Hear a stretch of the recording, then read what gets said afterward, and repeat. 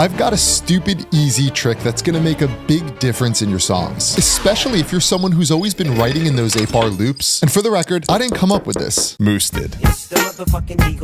All of your favorite artists, though, are already doing what I'm about to show you, so let's learn from them. The trick to writing better songs is to write at least 2 distinct ideas instead of 1. Now you might be thinking, what do you mean by distinct ideas? This could be like break and drop if we're thinking of like electronic music, or if it's more of lyrical song structure, verse and chorus. So you're saying I shouldn't stick to an 8-bar loop and call it a day? Turn that into a song? Well, loops are a great starting point. They can only get you so far. By creating 2 distinct parts in your songs, you're giving the listener more variety and keeping them engaged. Let's look at an example from Skrillex, Fred Again, Fortet. There are clearly 2 distinct ideas and sections of writing in this song.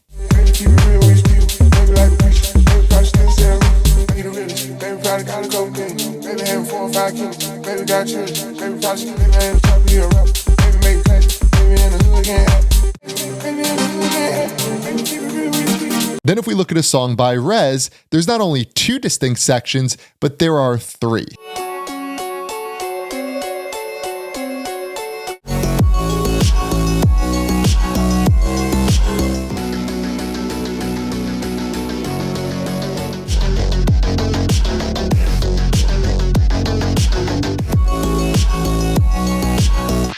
Let's start to look at songwriting as the act of writing songs. By only writing in an 8-bar loop, you're not thinking about a song. You're more focused on one part of the song, an idea. Your idea writing, not songwriting. Because you're not thinking about how your different sections like break and drop are going to be different. This can make it much harder then to turn that loop into a full song. On the other hand, if you're creating 2 or more distinct parts simultaneously, you're thinking about how they're gonna complement each other and how you're gonna take that listener on a journey. Let's take a look at this example I was writing this morning. Truthfully, I sat down to write and whatever came out of me, and in this case, it was a breakdown.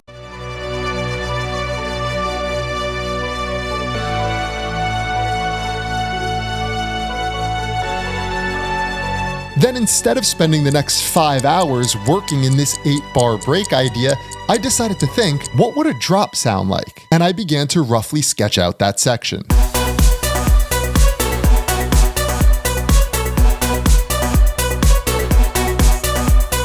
At this point, my song has a rough breakdown and a rough drop idea.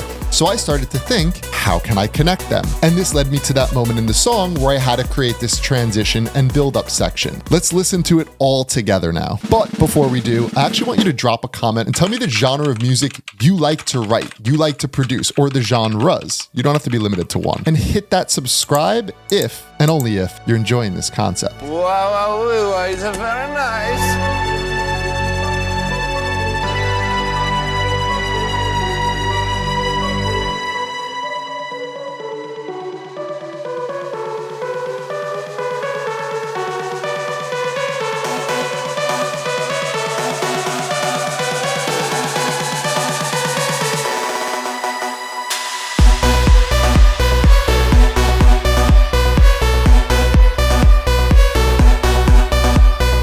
Do you see how this is already feeling like a song and not just an idea? No 8-bar loop would feel like this. And there are so many directions I can go from here, but it's inspired me to continue writing a song, not just an idea. So the next time you're working and you're writing, I want you to approach this and try writing at least 2 distinct ideas. You could do 3 or 4 if you'd like, but minimum 2. It could be a different chord progression, a different melody. It could even just be a change to your drums. Wait, it really can just be the drums? That's it? Yeah, it can, if your drums are really good and professional. So tap the video on screen right now and I'm gonna walk you through 3 levels of drum processing and show you the mistakes to avoid so you can become an almighty level 3 drum programmer. I'll see you over there.